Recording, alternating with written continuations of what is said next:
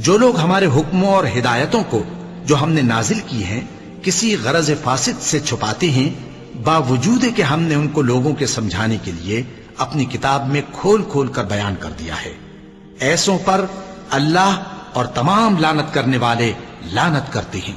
ہاں، جو توبہ کرتے ہیں اور اپنی حالت درست کر لیتے ہیں اور احکام الہی کو صاف صاف بیان کر دیتے ہیں تو میں ان کے قصور معاف کر دیتا ہوں، اور میں بڑا معاف کرنے والا بڑا مہربان ہوں۔